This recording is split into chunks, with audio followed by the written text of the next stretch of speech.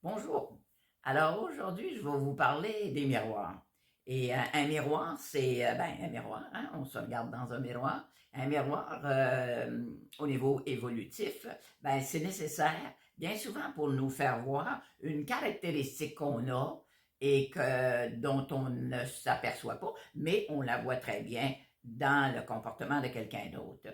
Un exemple très courant, c'est la bru qui haït sa belle-mère et vice-versa. Hein? Alors, la bru trouve que sa belle-mère est extrêmement contrôlante, qu'elle n'arrête pas de contrôler son petit garçon qui est rendu à 40 ans. Hein? Et la belle-mère trouve que la femme de son garçon, qu'elle ne peut pas supporter, hein, parce que c'est son miroir, est tellement contrôlante et ça la dérange énormément.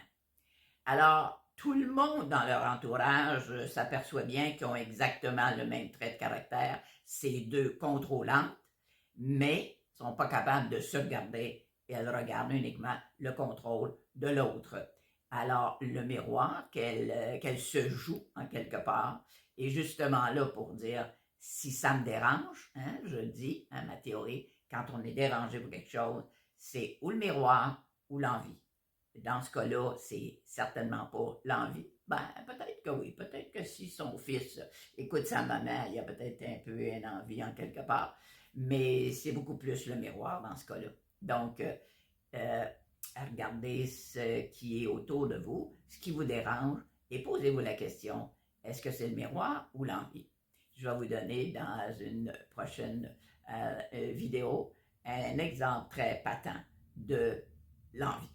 Alors, je vous souhaite une belle journée. Vous pouvez aller sur mon site pour me suivre, lusbertrand.com. Vous allez avoir des textes inspirants et toutes sortes de belles choses là-dedans. Donc, belle journée à vous.